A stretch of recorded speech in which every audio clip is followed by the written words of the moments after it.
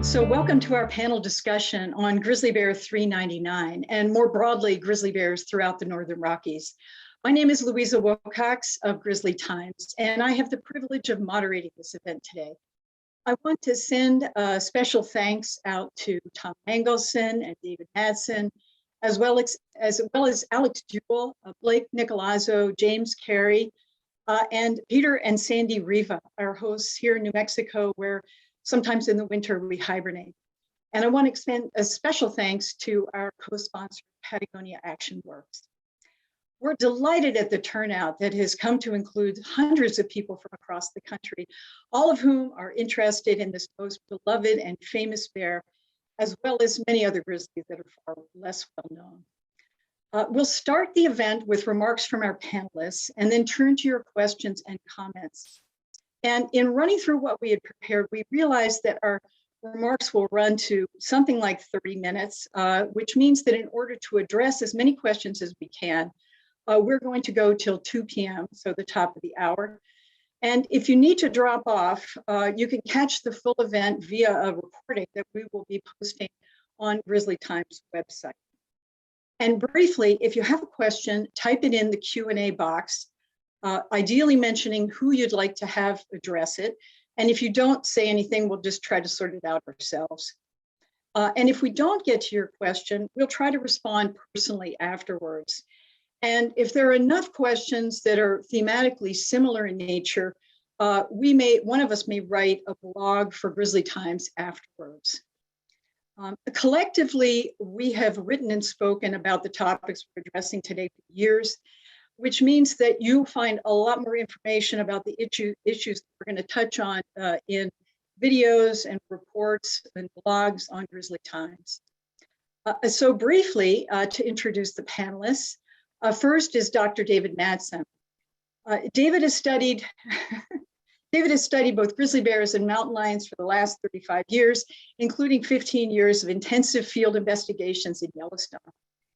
He's intrigued by what goes on in people's heads, especially that which is relevant to understanding policy dynamics and the role and effects of scientific information. David has pursued his interests as a research wildlife biologist and station leader with the U.S. Geologic Survey, as Western Field Director of the MIT USGS Science Impact Collaborative, as lecturer and visiting senior scientist at the Yale School of Forestry and Environmental Studies, and as part of the advisory team for people and carnivores. And full disclosure here, David is my husband. A little bit about me. I've advocated for grizzly bears and preserving wild country for nearly 40 years, working for the Natural Resources Defense Council, Sierra Club, Greater Yellowstone Coalition. And my talent, if I have one, is developing comprehensive strategies because they work on multiple scales, using various approaches, including grassroots organizing, communications, policy analysis, and building strong coalitions. I have a BA from Williams College and a master's of forest policy from the Yale School of Forestry and Environmental Studies. And lastly, Tom Mangelsen. Tom is one of the most influential nature photographers in the world. Guided by a deep conservation ethic, Tom is legendary for protecting rare and imperiled species. He has a special passion for grizzly bears, wolves, and mountain lions, and he co-wrote The Grizzlies of Pilgrim Creek with co-author Todd Wilkinson, featuring Grizzly 399. He's played a critical role in the recent campaign to keep grizzly bears protected on the endangered species list, and he's received a slew of awards for his photographic and conservation work. But my personal favorite is the award given to him by Jane Goodall as hero of the animal planet. And speaking of Jane, we're going to share a very short video that she has graced us with, speaking about her connection with 399. And I think we'll watch it here and then listen to Tom afterwards. Hello, this is Jane Goodall, and I wish I could be with you for this town hall meeting tonight about grizzly bears and their future. And, you know, after I'd worked with chimpanzees for a year and a half, I think it was, back in 1960, I got the opportunity to go to Cambridge University in the UK to do a PhD in ethology. And I'd never been to college. When I got there, you can imagine my shock when the professors told me that I'd done everything wrong. I shouldn't have given the chimps names, they should have had numbers, and I couldn't talk about personality, mind, or emotion. Moreover, if I was to be a good scientist, I had to be coldly objective. I shouldn't have empathy with my subject. I didn't agree with any of that. I had a wonderful teacher as a child, my dog. I knew perfectly well that we're not the only beings with personality, mind, and emotion. And since then, science has changed. And now, if you're a student interested in ethology, you can study animal mind, animal emotion. And of course, animal intelligence is all the big thing now, from chimpanzees, dolphins, whales, elephants, down to the octopus and birds. Grizzly bears are an iconic species in the US. And thanks to people who've been studying them for years and years and photographing them like Tom Mangelsen, people all around the world know about some of Yellowstone's iconic grizzlies, including 399, who is such an amazing mother. And this past year, raising 4 cubs for the 2nd year in a row, that's incredible. She's known and loved by people all over the United States. And because of her, other grizzly bears too are loved. It's so important to protect them.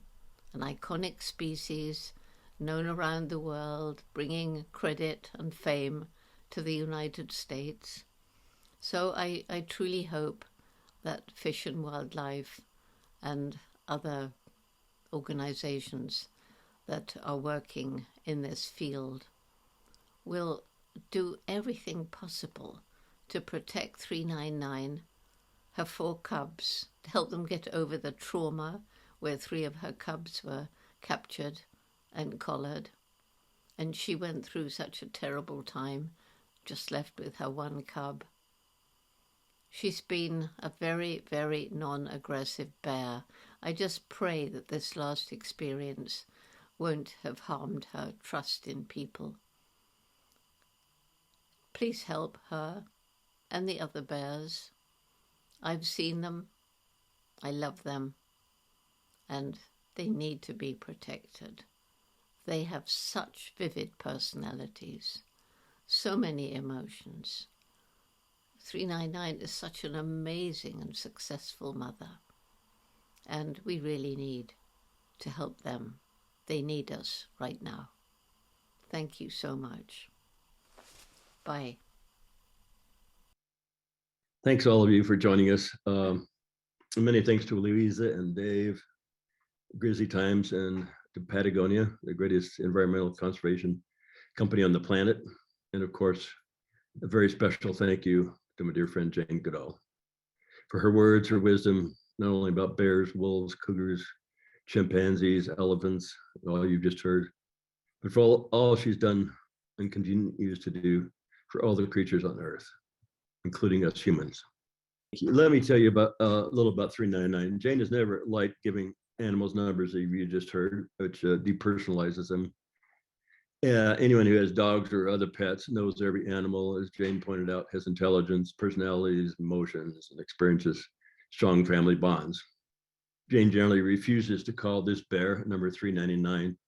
In a recent email, she signed off as number 1934, the year she was born, just so I got the point.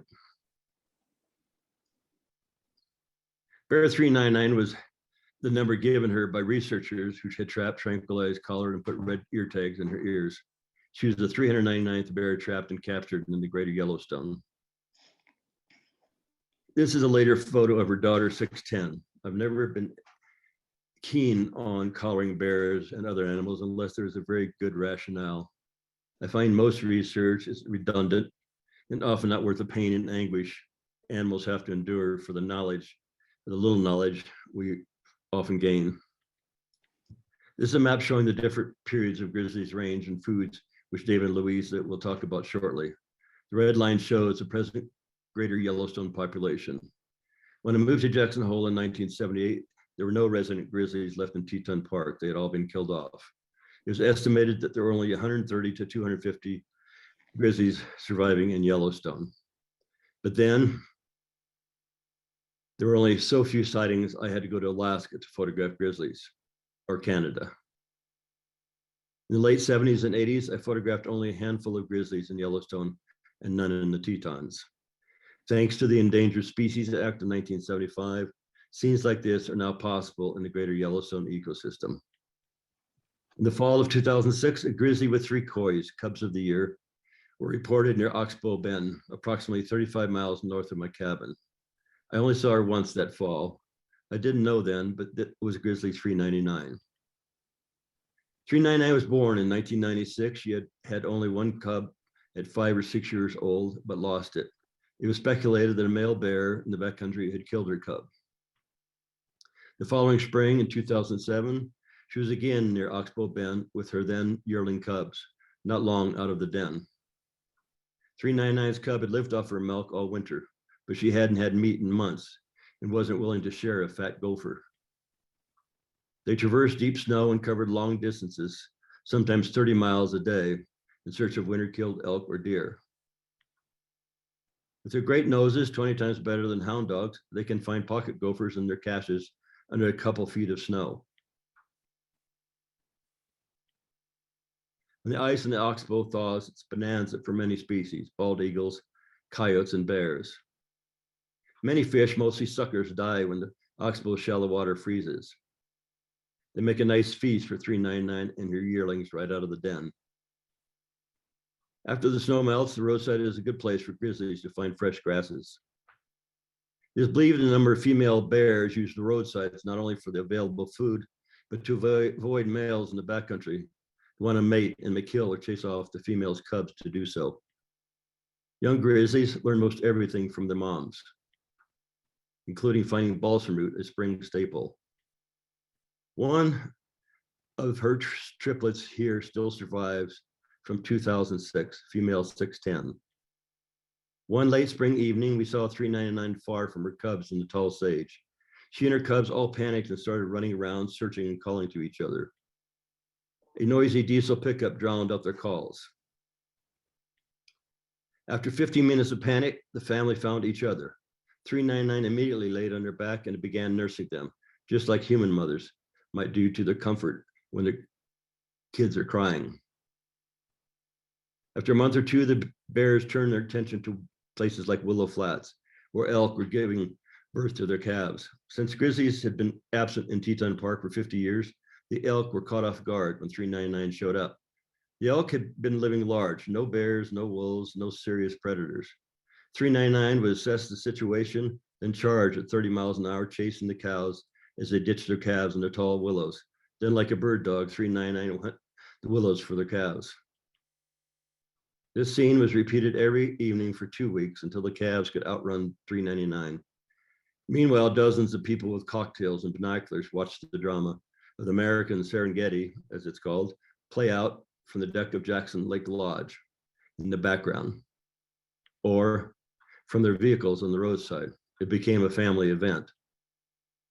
The next spring, 399 walked up the bank of the Oxbow Bend, sat down and leaned back and welcomed her 2.5-year-old cubs, nearly the size of herself, for one last nursing, one last free lunch. The following day, she chased the cubs off. They didn't understand, of course, so she growled and swatted them until they stayed their distance. It was time for them to be on their own. That very afternoon, we saw her courting and breeding with 2 different large males. A few days later, we saw her with a gigantic bear swimming across the snake. He walked, she swam. The largest grizzly I've ever seen outside of Alaska. We nicknamed him Brutus. They romanced for the next week. In 2011, 610 gave birth to her first set of cubs. She was 5 years old. 399 was now a grandmother. It had been 2 years since 399 had been seen with cubs of her own. 610's debut made big news. Like her mother, 610 learned the ways of the road. She looked both ways before crossing, calling the kids to cross unless they got distracted by chew toys or play a game of hide and seek. 10 days later, 399 showed up with her second set of triplets, and the news went viral. Jane Goodall called me and said, "Your bears made the London Daily Mail." My assistant did a quick search and found over 230 AP news articles around the world that had run 399's story, including the Washington Post and the San Francisco Chronicle, and even a newspaper in Turkey. As her popularity soared, more people came from hundreds or even thousands of miles to get a glimpse of 399 and her cubs. Millions of dollars flowed into the state because of her. The park created a wildlife brigade to handle the influx of people to keep bears and people safe. The bear jam, as it's called, is often now heard during most of the summer months. Summers were mostly easy for the family.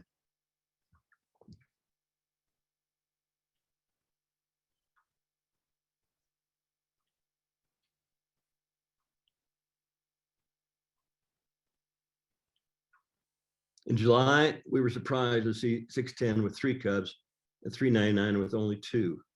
610 had adopted one of 399's. She raised all 3 to sub-adulthood. At the end of December in 2011, 2 cubs nicknamed Brownie and Ash walked north with 399. It was past time to go into hibernation. From Pilgrim Creek Bridge, we could see 399 on the far bank heading to her den site.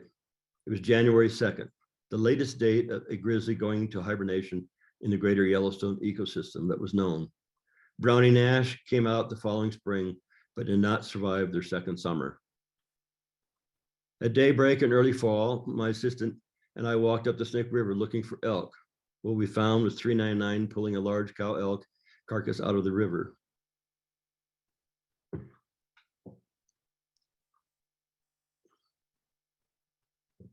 "399 drug her several pound, 100-pound prize to the grassy shoreline. Life was good. Later, she pulled the carcass into the woods and buried it deep in the forest to keep it hidden. The meat cooled and sent down from other bears, wolves, coyotes, eagles, and other scavengers, especially pesky magpies. She fed on that elk for 5 days. At the beginning, I mentioned 610 was the only survivor of the 2006 triplets, her first. Her sister 615 here was killed by a deer hunter in 2009 while feeding on a moose carcass just outside the park. Conflicts with hunters is a leading cause of grizzly bear mortality throughout their range. The scene is from just north of the town of Kelly in the southern area of the park. Teton Park is the only park that actually has an elk hunt. Hunting is only one of the major dangers of grizzlies. This is one of 399 single cubs, nicknamed Snowy for its light coat. Without siblings to play with and romp with Snowy, she was pretty attached to mom. At dusk on June 19th, 2016, Snowy was killed by a hit-and-run driver just north of Pilgrim Creek. Her body lay in the middle of the road. A witness saw 399 go out to the yellow line, pick up Snowy's limp body in her mouth, and carry it into the forest, laying her next to a fallen spruce. As if she could not register Snowy's loss, she ran up and down the highway, bawling and frothing at the mouth until sunrise, when park rangers forced her off the road in case she too might get hit by a vehicle. Skipping ahead nearly 10 years, on November 7th, 2019, at the end of Pilgrim Creek Road, we watched 399 on a mission headed up the creek. It seemed early for her to go into hibernation. However, it was the epitome of hyperphagia. I'd never seen 399 so fat and so huge. Many people believe that at 24 years old, she was too old to have any more cubs. Not me. 6 months later, on May 18th, 2020, 399 came walking down Pilgrim Creek with quadruplets, extremely rare for any grizzly. Less than 2% of Yellowstone grizzlies have 4 cubs, and very few quadruplets survive their first year, let alone have a mother that is 24 years old. One was tiny, the runt of the litter that I feared wouldn't survive, but knowing 399, I was hopeful. First crossing of Pilgrim Creek. As one brave cub goes into the water, 399 calls to the others to cross. Spring runoff and the creek is high. The runt was swept away. The 399 ran down the creek and pulled her to the shore.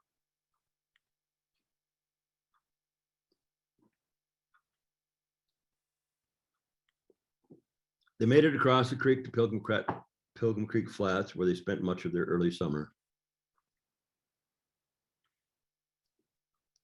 The cubs grew quickly in their travels across the snake many times. The runt grew to nearly the size of her siblings. As hawthorn, chokecherries, and other berries ripened and the first snows dusted the Tetons, the family again headed south.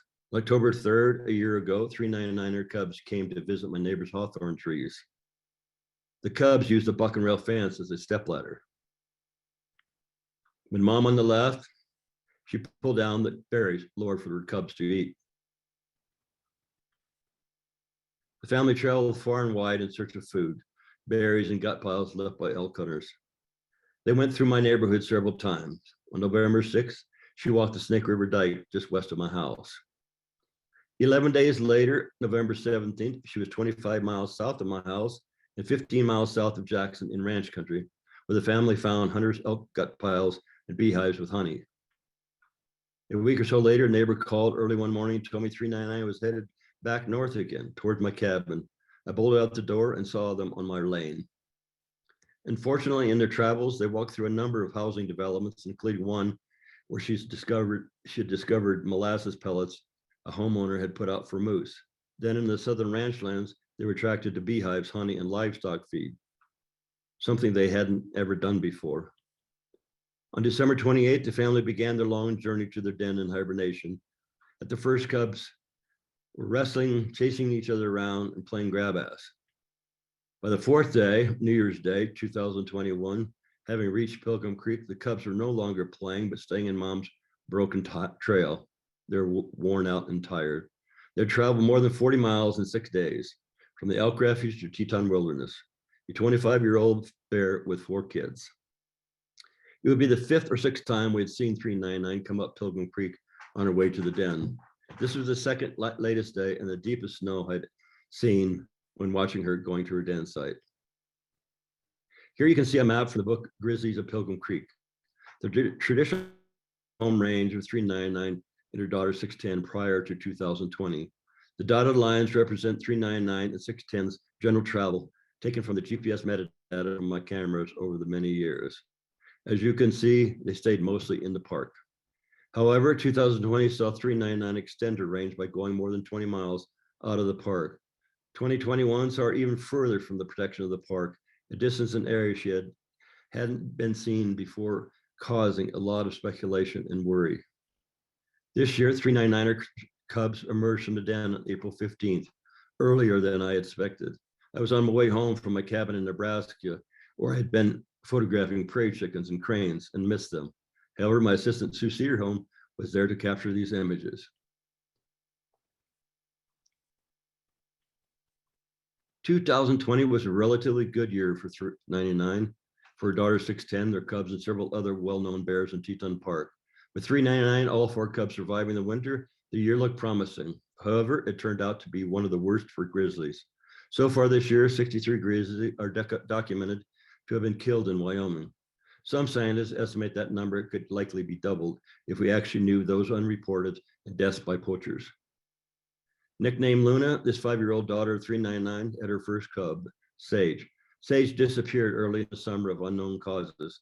Luna was later euthanized early fall for supposedly getting food rewards. 610 and her 2.5-year-old couples were seen a week before 399 showed up for 4 yearlings. 2 weeks later, 610 set her then subadult sons off on their own. As 399 walked up the dam's dike at Willow Flats, 610 subadults grazed below. Soon there was a huge bear jam, which wasn't unusual for any of these bears, but the subadults were near the road. The rangers decided to hard haze them with cracker shells and rubber bullets. Subadults are safer together, but after hazing, unfortunately, they got separated. One went southwest, the other southeast, out of their normal home range. They started to seek out foods in neighborhoods. Both were later euthanized. I didn't see much of 399 this summer. This one was one of the rare sightings near the Chapel of Transfiguration in the park. 6 weeks later, another sighting of the family in the beginning of October as they crossed Elk Ranch Flats, ignoring the bison herd.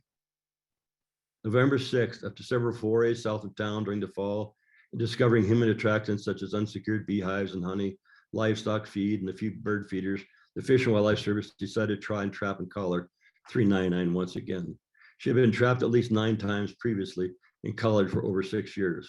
Knowing 399's habits over the last 15 years, I was quite sure she would return to the park, to her traditional area to seek out gut piles and unretrieved carcasses.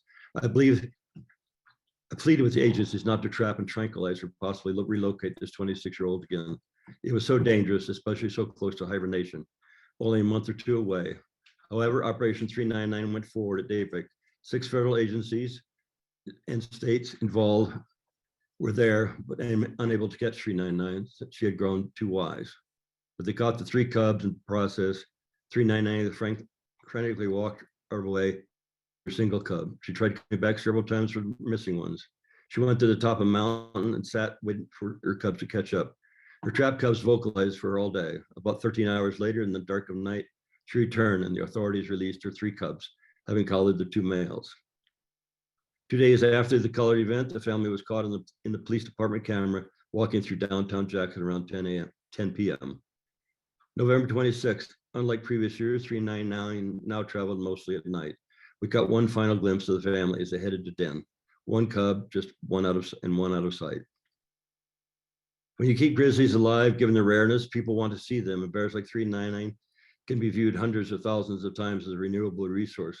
Grizzlies are anchors in a $1 billion nature tourism economy in Greater Yellowstone, and their value alive versus dead grows every day. We need to continue our vigilant protection of grizzlies and keep them protected from human foods and keep them on the endangered species list, or they will be killed for fun for sport hunters. Thank you for your time. Really appreciate all you advocate bear watchers out there. Thank you. So thank you, Tom, for those eloquent photographs and for so vividly encapsulating the life of 399 and what she means to people. I'm going to be focused on a much more pedestrian task here, which I see as what I can offer primarily in context of this webinar, which is to provide context for what's going on, not only with 399, but for a lot of other bears in the Yellowstone ecosystem, with a focus on the changing environment. But having said that, realizing that many of the changes that are happening in the natural environment are actually driven by people, anthropogenic. And one of the big drivers is climate change. And there's no doubt anymore that we humans are behind much of what we see in terms of climate warming. So to set the stage, we need to go back to 1970, 2000, that 30-year period as a bit of a baseline, and look at what bears were eating then and where they got the vast majority of their energy and nutrients. And it turns out it was from just 4 key foods.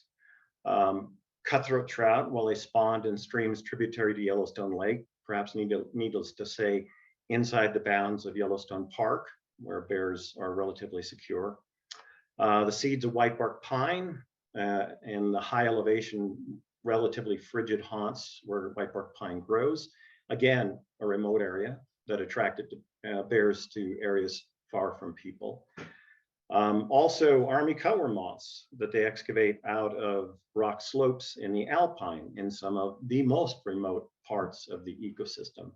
And then finally, meat from native ungulates, primarily elk and bison, principally by scavenging, but also to a certain extent by outright predation on elk calves, adult elk, interestingly enough in the fall, bull moose, bull elk, which Tom was describing for 399. So that's sort of the stage in terms of the foods. There were some interesting dynamics as well that characterized that 30-year period. What we observed is that when pine seed crops were small, conflicts between grizzly bears and humans escalated dramatically. And that was because bears left the more remote areas, came down to areas that happened to be nearer people in pursuit of natural foods, often consuming anthropogenic foods. And because of that, conflicts escalated. And the number of dead bears that were killed doubled and even tripled during these poor seed crop years. Another really important dynamic that played out during that early period was the obvious importance of whitebark pine seeds to female grizzly bears. Pine seeds, because of their high fat content, have a pretty significant influence on the reproductive success of females. It turns out that females were eating roughly twice as many pine seeds as were males, obviously attracted to that food, again, in a secure area. But beginning in the mid-late 1990s, things began to change pretty dramatically. We saw a steep decline in numbers of cutthroat trout, largely due to predation by a non-native fish predator, but exacerbated by deteriorating hydrologic conditions driven by climate warming. Beginning in the early 2000s, we saw widespread mortality of whitebark pine. Within a 9-year period, we lost roughly 70% of all the mature cone-producing trees in the ecosystem. So in a fairly brief period of time, we lost 2 of those key 4 foods. And what that meant is that bears were left scrambling to find replacements. So engaging in what's called diet switching. And the main food that they substituted for the trout and the pine seeds they lost, for good or for bad, was meat. And the more problematic, much of that meat was anthropogenic, human associated. As Tom was describing for 399, eating a lot of remains of elk killed by big game hunters, also increasingly killing, eating, scavenging on livestock more towards the periphery of the ecosystem. So losing 2 key foods that kept bears in relatively secure areas, finding foods that brought them closer to people, conflicts escalated dramatically. After about 2005, numbers of bears dying escalated dramatically, far in excess of anything that could be explained by changes in numbers of grizzly bears. So a really problematic turn in terms of how bears were behaving, where they were relative to people. Setting that aside for a moment, another really important dynamic, and Tom broached this as well, of relevance to reproductive age females, is that they have an imperative to provide security for their cubs, primarily from other bears, because as it turns out, most of the cubs that die because of predation by other bears, mostly adult males. And so paradoxically, where female bears often find the greatest security is near people. We create this figurative shield because males tend to be more reluctant than other bears to come near us. And that's a whole nother story I can't go into, other than it is a phenomenon. So put this all together, and it's easy to understand why we have 399 living the life she does near people in this roadside habitat near where people live. It's the perfect niche for her. She can find foods that are amply available, natural foods, including meat, and she's got security for her cubs. But unique to 399, maybe more unique than to other bears, she is consummate at navigating humans, negotiating the human environment, which is great for her.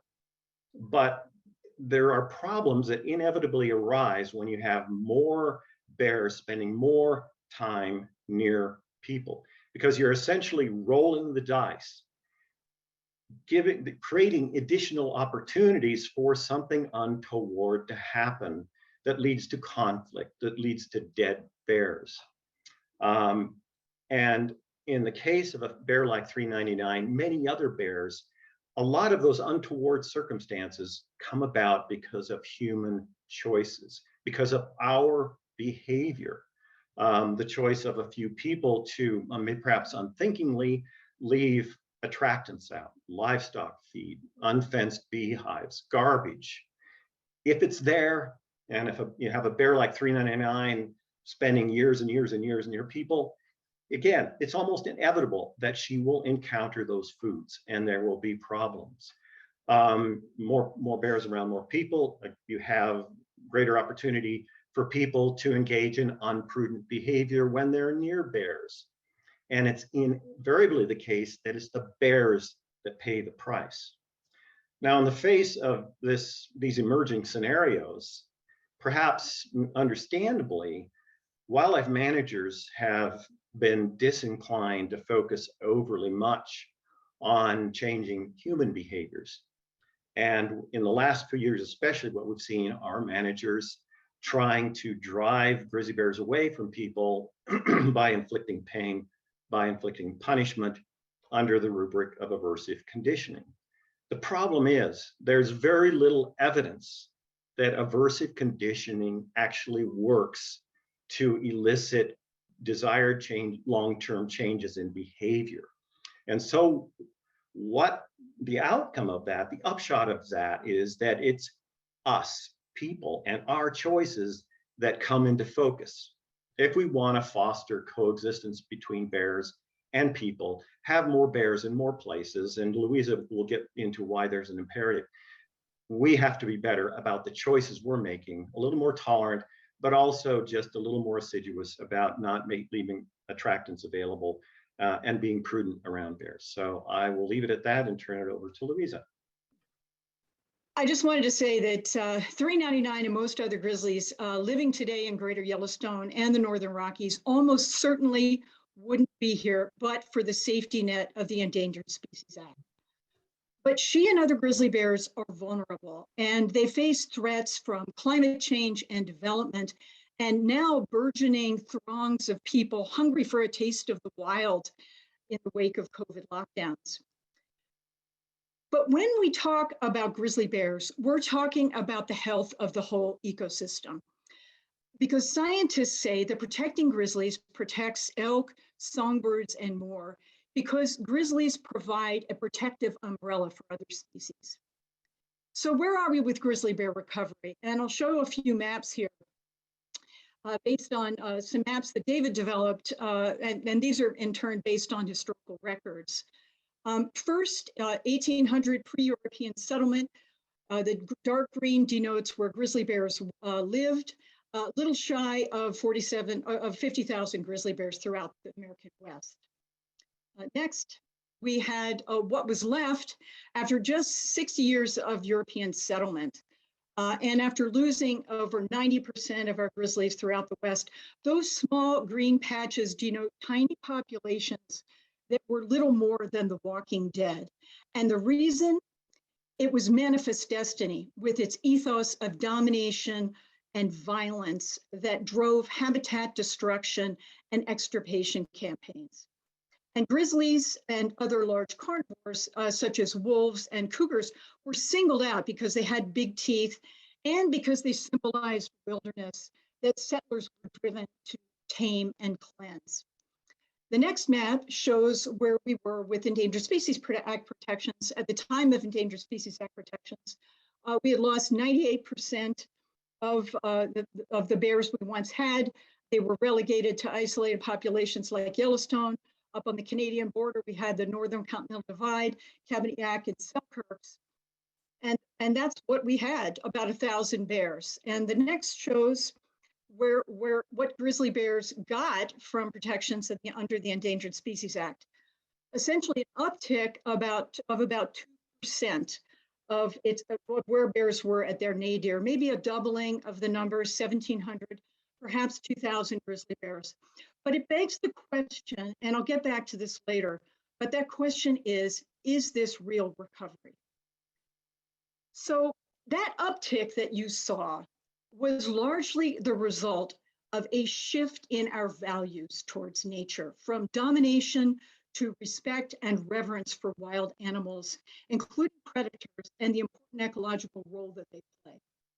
And many people began to appreciate grizzlies for their beauty, as you saw in Tom's pictures, for their intelligence and their resilience, and because they're icons of our natural heritage and of places like Yellowstone.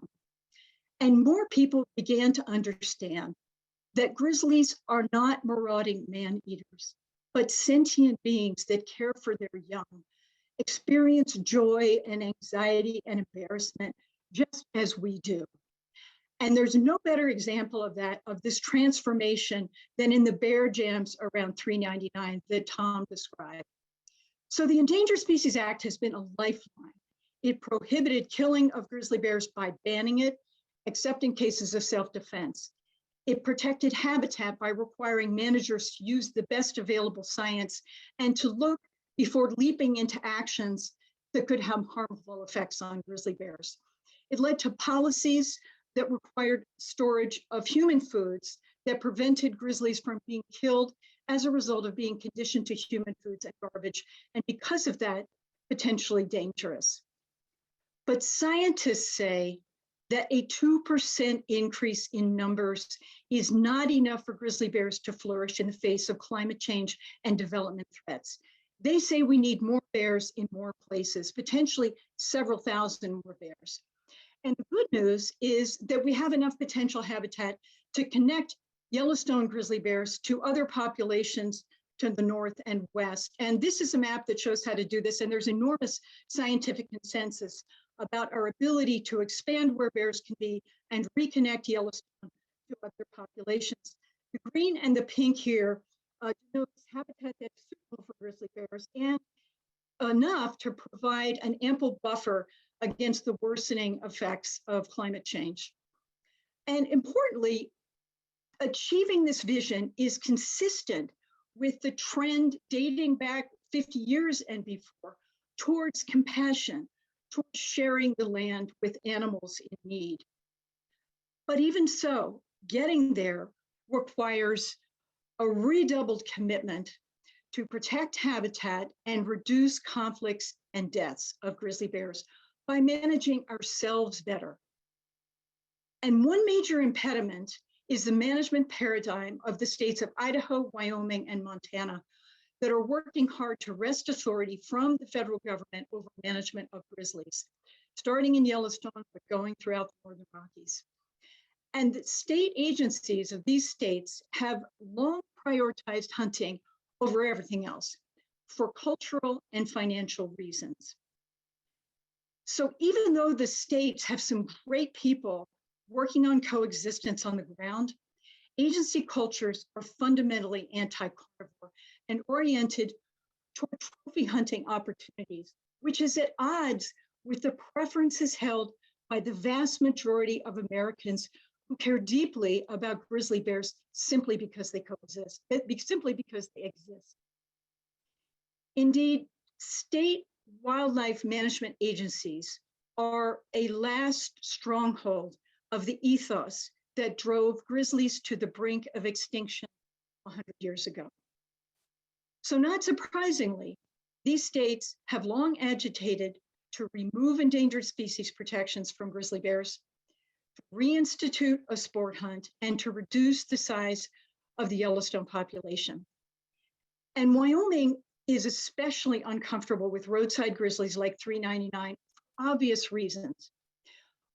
When people forge intimate personal connections with bears, it makes it harder to turn them into harvestable widgets.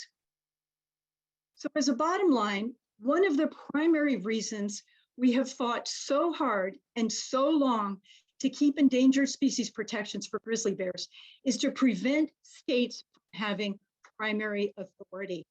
And the we here includes conservationists, scientists such as Jane Goodall, David, and many others, and Native peoples who view grizzly bears as relatives, not as trophies to be mounted on a wall. And another reason we oppose delisting at this point is that grizzly bears remain acutely threatened by the impacts of climate change and related losses of native foods, as David talked about. And these are contributing to skyrocketing numbers of grizzly bear deaths. And the problem will get worse if the states get management authority. So time and again, we have gone to court to keep delisting from happening, most recently with legal victories in 2018. But litigation is a terrible way to make public policy. And there is a better way. And the solutions are at our fingertips. We have all the science we need. We have enough wild country and public lands. We have all the coexistence tools we need to allow more bears and more to live in more places. Devices such as bear pepper spray, electric fence to protect livestock and beehives from bears. What we lack is the political will inside government. But that's where you come in. These bears belong to us, the American public. We need to encourage and empower the U.S. Fish and Wildlife Service to do its job and exercise more leadership. And concretely, you can write to the Fish and Wildlife Service Grizzly Bear Recovery Coordinator, Hillary Cooley, copy to the Secretary of Interior and Hillary's boss at Fish and Wildlife Service with 3 requests. First, redouble efforts to enforce the Endangered Species Act's ban on killing and harassing grizzly bears. Unfortunately, Fish and Wildlife Service prosecutes very, very few cases involving malicious killing, which is an escalating problem. And to get to a question that I saw somebody asked, they're also not prosecuting cases of deliberate feeding of grizzly bears, including in Jackson, which can be and has been a death sentence for grizzly bears. Second, we're asking the agency to devote more resources to better manage people and to improve coexistence practices, including by expanding the cadre of people who are trained to foster coexistence. Third, we're asking Fish and Wildlife to improve coordination of management among the many involved agencies so that people with authority start pulling the recovery wagon in the same direction. And there's no better place to start than in Jackson, where better coordination among 6 different agencies is desperately needed to protect 399 and other bears. We can do it. We can ensure that future generations have a chance to see grizzly bears in the wild, maybe even a great-great-great-great-grandson of 399. And in protecting grizzly bears, we will be protecting wild ecosystems of the Northern Rockies, including the ones centered on our oldest and most beloved national park, Yellowstone. And so with that, I'm going to turn to questions in the time we have left. And I know there are a lot of them. Let's see. How about if Fish and Wildlife Service delists grizzlies, could Congress step in and protect them? And the answer is yes. There's been long a conversation among conservationists and scientists and others about a congressional, a legislative approach to protecting grizzly bears that would prevent sport hunting and provide certain habitat and protections and scientific oversight. So yes, there is a way. I should mention that Congressman Grijalva has again introduced a bill that is interesting. It would provide a meaningful seat at the table for tribes, which is important, and it would ban trophy hunting as well. Is there a way to make the states more predator friendly? David, you want that? Well, as Louisa noted earlier, the state wildlife management agencies they look to the past for lessons of how to manage wildlife. They don't look to the future. They don't even look to the present. Reform is a difficult prospect, because the reasons why state wildlife management agencies are the way they are is because of culture, because of finances, and also because fundamentally wildlife management agencies are, in my terms, despotic in the sense that they are organized to serve the interests of a very small minority to the detriment often of the majority of American people. And they're organized around state lines. So if you live outside of a state where the management is occurring, you basically have no voice. So how to reform them? Well, it's difficult, but I think where most people go right away is to finances. Create different financial incentives so that the state agencies are not as reliant as they are on sales of hunting licenses, fishing licenses, as well as reliant on taxes generated by the sales of arms and ammunition. That's where most of the money comes from for state agencies. So without going on at any great length, just that's a thumbnail of the problem and maybe a place to start. Yeah, here's a question from Kathleen, maybe addressed to Tom. How can I personally practice safe tourism when visiting the Great Yellowstone ecosystem and its delicate balance?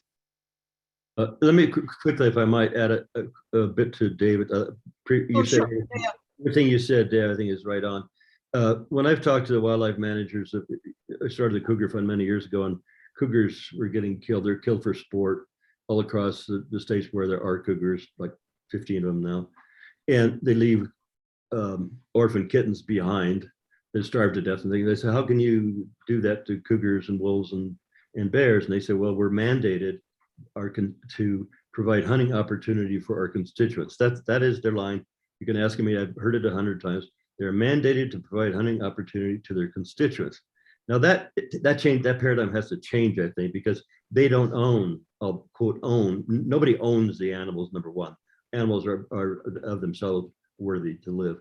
But it's like you said, outside of these states where they hunt, there's a little voice beyond the, east of the Mississippi or Missouri about hunting these large carnivores like wolves and bears and cougars and black bears in the West, because the states are getting their money, like you said, from sportsmen who provide their living, keep them alive, keep the state game fish alive, and they're mandated to provide hunting opportunity. It doesn't matter what that opportunity is, it's just to kill stuff. So that's the problem, is that whole philosophy needs to be changed. And to answer, your question, Louisa, could you quickly repeat that? I'm sorry. How can we practice sound tourism, safe tourism? Safe tourism. Well, I think you're, I don't know, safe tourism, I'm not quite sure what that means. Bears like 399 have become rock stars, and 610 become rock stars because they live by the roads, which David explained. I explained a little bit because of the food, and their food feels safer around people than they do with bears in the backcountry that may harm their cubs so they can breed and things. But safe tourism is just being aware of your surroundings. I think, going into bear country, there's certain protocol like bear spray and hiking with other people and that kind of thing.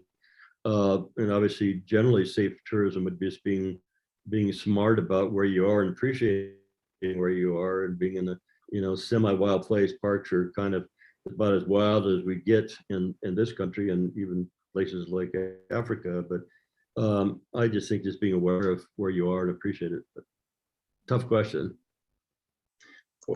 And don't leave food out on the picnic table. Oh, there you go. That's, yeah, that would be obvious, I think. But yeah, yes, David, thank you. And your garbage. Take care of all your put your sausages and your cheeses in your tents at night. So I think this one maybe best answered by David. I've read we have 1,000 grizzlies in Yellowstone. If that's true, why worry about 399? Well, I think the answer to that goes back to the point that Louisa was making. Is 1,000 enough? And I think the scientific consensus is it really isn't enough to ensure long-term viability. So there is an imperative to create these larger connected populations, realizing the potential in all of the habitat that Louisa showed in the map. Another point to be made, though, is that the putative increases in estimated numbers of bears that we've seen since for the last 20 years have almost all been the consequence of changes in methods, not because there's any real increase in bears. And you wouldn't know that from what you hear in the news. If you look at all the trend indicators, we don't have that many more bears now than we did back in 2002. So we've had a fairly stable population, perhaps increasing a little bit. So I guess the answer is we probably don't have many more bears than we did 20 years ago. And if we apply the same methods that are being applied now, probably to when bears were listed, we could have had perhaps 400 bears at the time of listing. So again, we've had a doubling, which is good, but begs the question, is it enough? And I would say the kind of scientific consensus is it's not enough. So we don't have surplus bears, would be my point. Mm-hmm.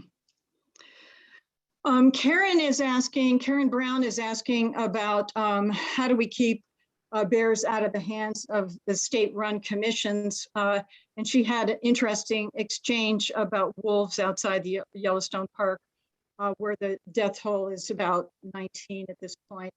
And I can answer that and others too. I mean, I don't think in the case of states like Montana that you're talking about, that letters to the governor are particularly useful.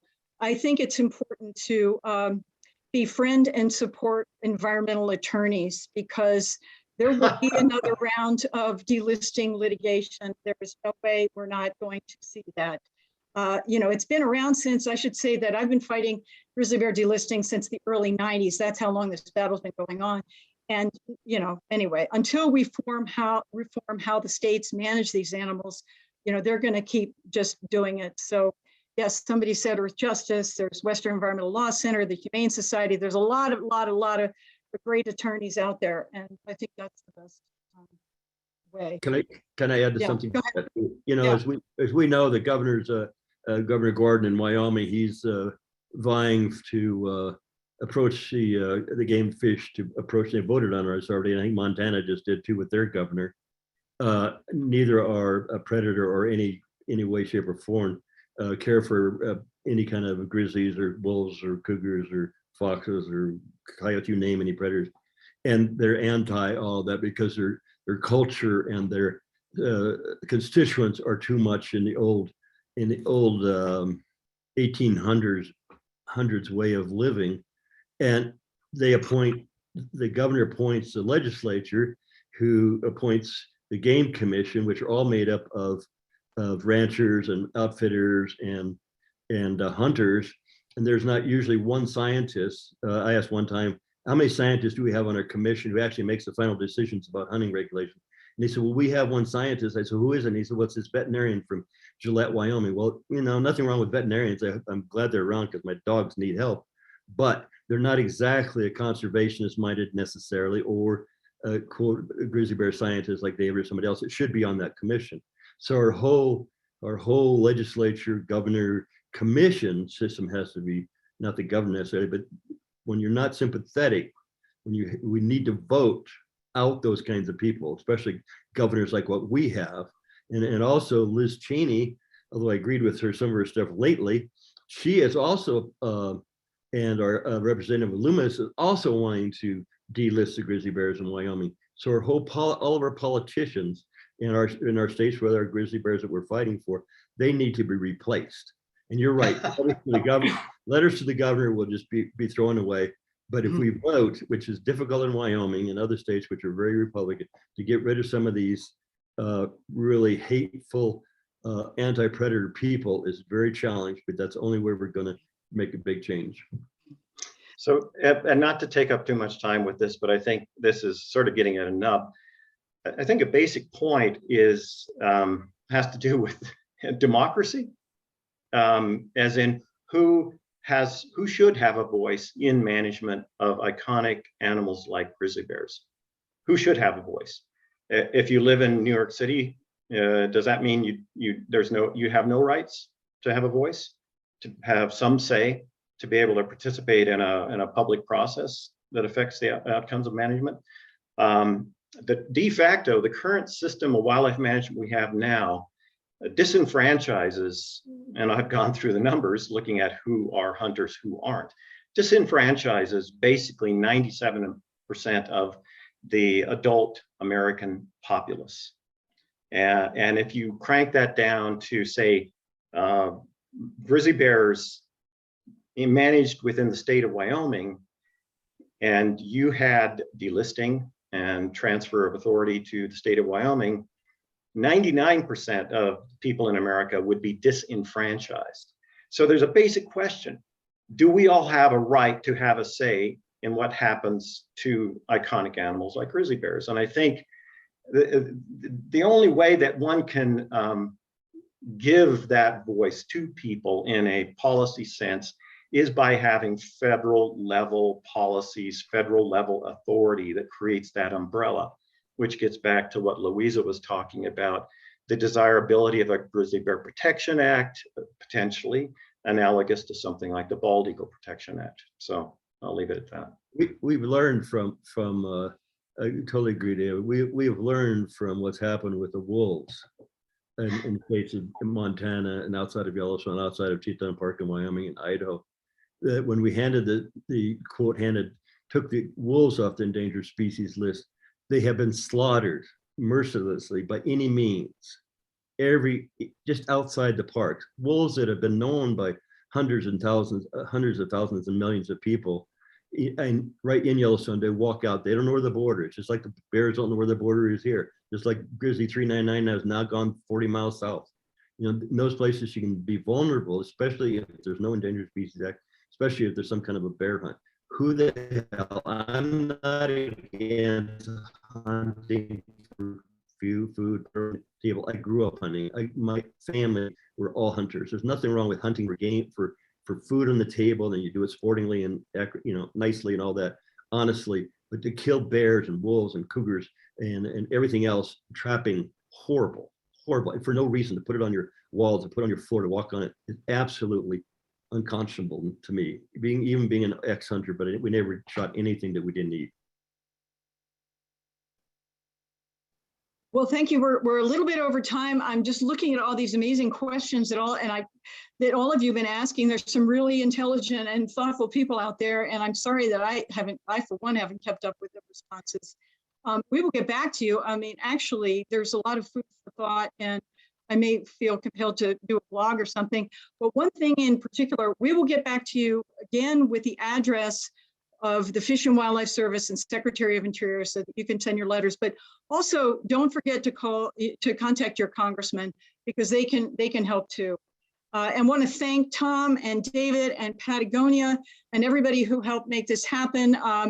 We will have this recording up on Grizzly Times and can share it with anybody, Cougar Fund, whatever, probably within the week, and really appreciate your interest. It's actually been kind of an overwhelming, enthusiastic thanks, especially to 399 for making it this long and getting back to her dad finally.